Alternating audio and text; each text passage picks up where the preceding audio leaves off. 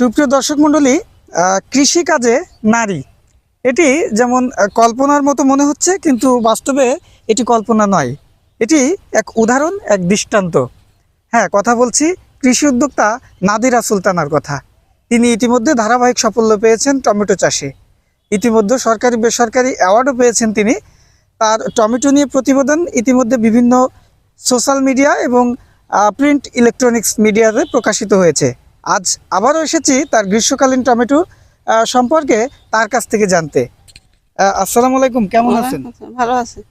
আপনি যে গ্রীষ্মকালীন টমেটো চাষ করেছেন, এই টমেটোটা চাষ করতে কার অনুপ্রেরণায় চাষটা করেছেন? Sir Khaled Saifullah sir. আচ্ছা আচ্ছা, এই গ্রীষ্মকালীন টমেটো চাষ করতে যে আপনি কোনো সমস্যা বা সিচুয়েশনের সম্মুখীন হয়েছেন কিনা? সমস্যা তো সমস্যা তো হয়, কিন্তু ওসব কিছু মনে করা হয় না। আচ্ছা, তো এই যে টমেটোটা তো আপনি চাষ করেছেন, এটা কি জাতের টমেটো? বাড়ি এই পারি এইট। এটার ফলন কেমন? ভালো। কতটুকু জমিতে আপনার এই টমেটোটা? এক বিঘা। 1 বিঘা। আসলে 33 শতক। 1 বিঘা জমিতে আপনার কতবার হারভেস্ট করা যায়? তারপর 4 বার। আপনার এখানে কতদিন থাকবে এই এই জমিতে এই টমেটোটা? সেই 14 ক্ষেত্রে মাস আপনারা প্রতি সপ্তাহে টমেটোটা হারভেস্ট করেন নাকি? নাকি প্রতিদিন। প্রতিদিন? প্রতিদিন এখন টমেটোর বাজার কেমন পাচ্ছেন? 72 টাকা করে কেজি। কেজি। তো আপনার একটি গাছের পুরো জীবনকাল আপনার 3 মাস আমরা ধরতেই পারি,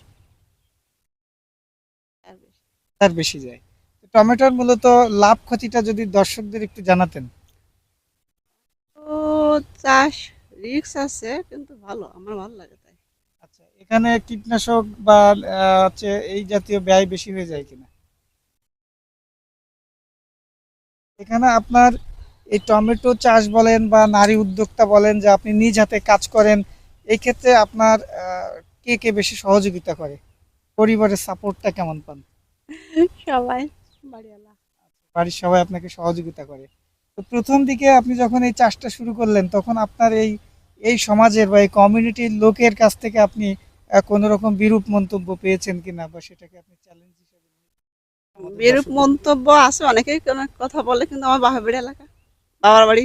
আচ্ছা আচ্ছা, যে এটা সেই হবে না, সে- মহিলা মানুষ, এরকম কোনো উদ্যোক্তা আছে? আছে তো এরকম কথা, তো বলে যে মহিলারা এর ভিতরে গেলে সুত লাগে, কত কিছু হয়।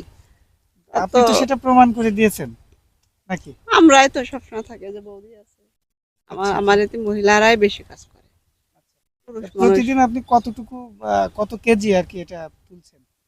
এখন এখন তো নতুন তুলা উঠেছে, তাও 1 মণ উঠতেছে। আর এরপরে তো 10 ক্যারেট 5 মণ করে উঠবে না।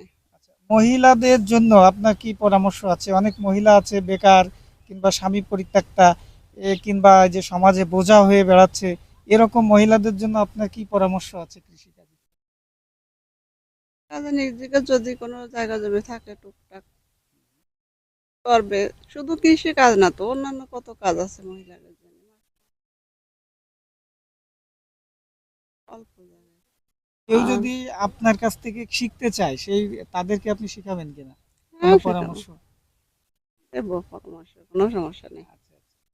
তো বেকার যুবক যুবতী যারা আছে, তাদের উদ্দেশ্যে আপনার কি বলার আছে? বেকার, একদম বেকার যারা, তারা দেখ, কৃষিকাজে সবাই আসতে ভয় পায়, কিন্তু ভয় পালে তো হবে না।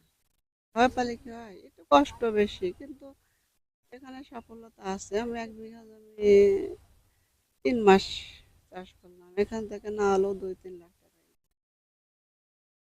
বড় ব্যাপার না। আর এই প্রথমবারই প্রায় 3 লাখ টাকা হয়ে যাবে, তারপরে সারা বছর তো আছে।